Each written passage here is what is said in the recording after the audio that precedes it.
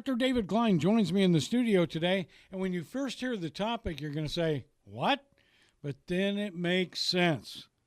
Cleaning solutions. What are we exposing ourselves to? Okay, the reason that I'm bringing this up, okay, and it's a common sense issue that doesn't seem to get a lot of attention.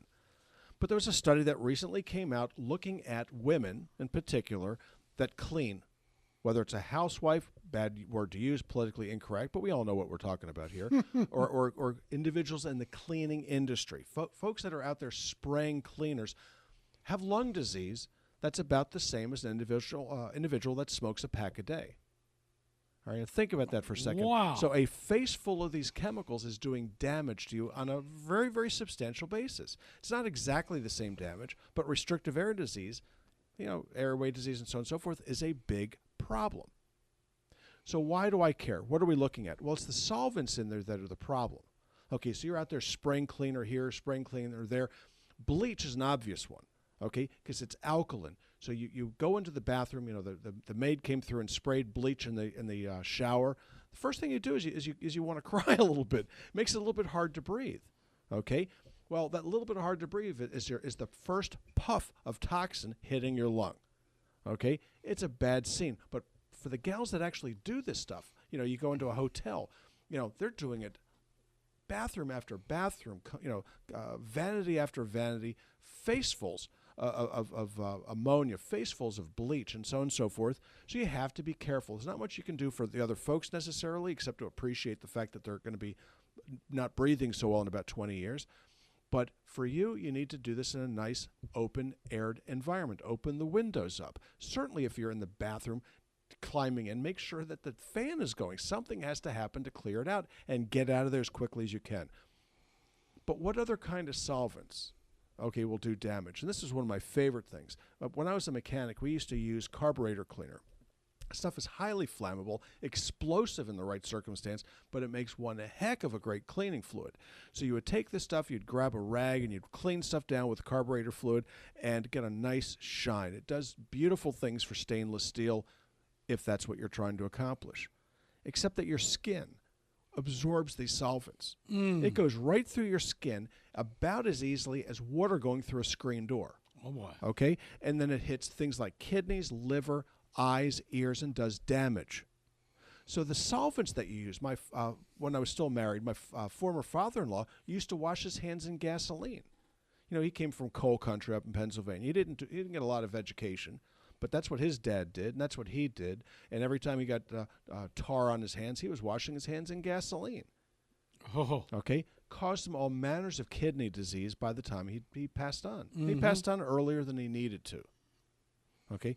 This was just a contributing aspect to his demise. The cigarette smoking for all those years didn't help me either. Okay? But there are things that you can do right now. But the solvents are number one. You go into a nail salon. Not that I'm really somebody that likes doing that kind of thing, but you go into a nail salon, and what do you see? You look around. You see a lot of women some men, sitting in these chairs, okay? And then these gals, usually they're from Asia, okay? They're in there filing nails, properly wearing masks. Yes. Because you can end up with infection from the powder coming off somebody else's nail. Not a good thing, but then what do they do next? Okay, they start using these acrylics under ultraviolet light or whatever the heck the chemistry going on here, and it's blowing off volatile gases, hitting everybody in the room. So the busier they are, the worse the situation becomes. So, what am I doing in those places anyway? Usually picking up my fiance, doing my job, doing my manly duty, but then getting the heck out of there because I'm looking at this thing as being one big chemistry lab. This is not a good thing. So solvent exposure is a big problem. Where else do you see solvent exposure? Okay, well, you're going to see it with mouthwash. Yeah. Okay, alcohol is a solvent. There are many. Methyl alcohol is an interesting solvent. Formaldehyde is a solvent. So these things are in the environment. They do damage. You need to keep your eyes open. You just be attentive to what you're doing.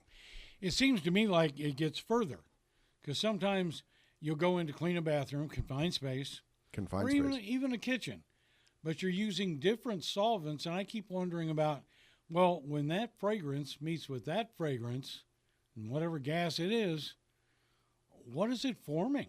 Well, the problems that you get into is when you're looking at things that have ammonia in them.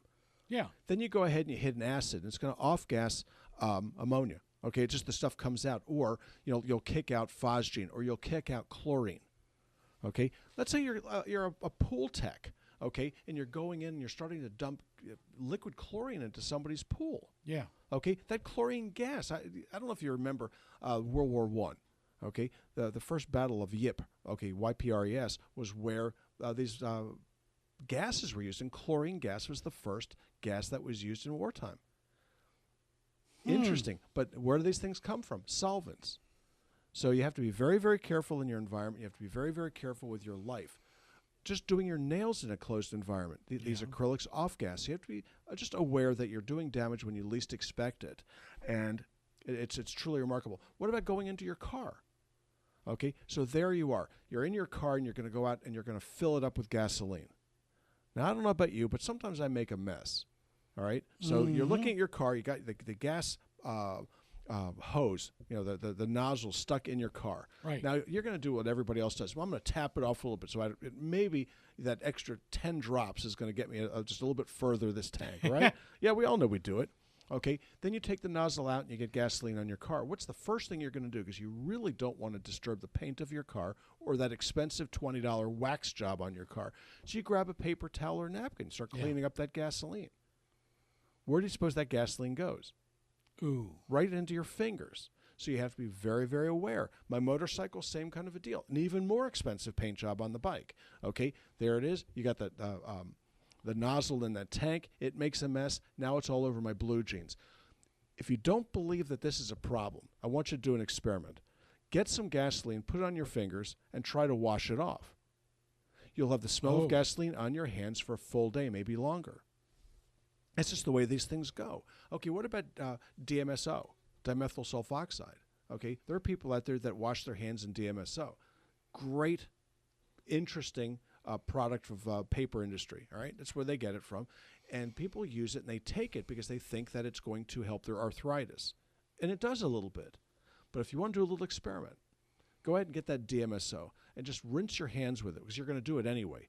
And then wait around and tell me how long it takes before you taste garlic, which is the DMSO going from the environment through your skin, into your bloodstream, through the heart, through the lungs, out, and eventually makes it to your tongue. The process takes about 2 minutes. Interesting. So it's a marvelous experiment to help you realize how porous your skin is, how easy it is for things to get through the skin. What other sorts of things can nail you, okay, in the solvent industry? I was out in my yard. I love my yard. I live for my garden. I have lots of a high-pressure job. I enjoy getting out there into nature as rarely as I can. So I go out and grab my chemical weapon, okay, which is something called Webagon. You might know it as 2,4-D, or 2,4-dichlorophenoxyacetic acid. I wrote a book on this stuff back in the 80s, all right? And so I know a lot about it. So I'm out there spraying this stuff, okay, onto broadleaf weeds. Nothing better than 2,4-D for broadleaf weeds, all right? So I'm out there doing it in my flip-flops and shorts. Oh. Okay? Now, so I'll breathe a lot of this stuff. Well, why? I know a lot about it, so therefore I should be immune.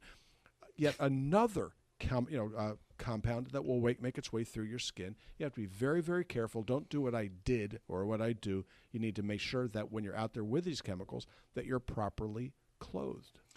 How about colognes and things like that? Are they exposing us to problems? Yeah, but in a very, very different way. Okay, most of those things are in an alcohol base. So you're going to take a little bit of a spray. Usually it's about 1/8 of an ml. Very, very little hits the environment. The place where you get into problems with scents, okay, is with allergies. Okay? And so, you have citrus allergies. You have to be very, very careful with certain colognes. Bergamot is a citrus fruit. Okay, so anything that has a fruity odor to it can cause asthma. You got to be very careful with these.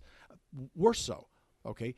And this is sort of interesting, is when you get somebody else's cologne on you, okay? Because you can get your butt kicked for this. Okay, so you come in with someone, which has happened to me before. Okay, so you have to be very, very careful wearing somebody else's cologne, if you get my drift. There you go. Stages of Life right there in Longwood. Look it up, suffernomore.com. suffernomore.com, and stagesoflifevitamins.com, stagesoflifevitamins.com. Dr. David Klein. Dr. David Klein.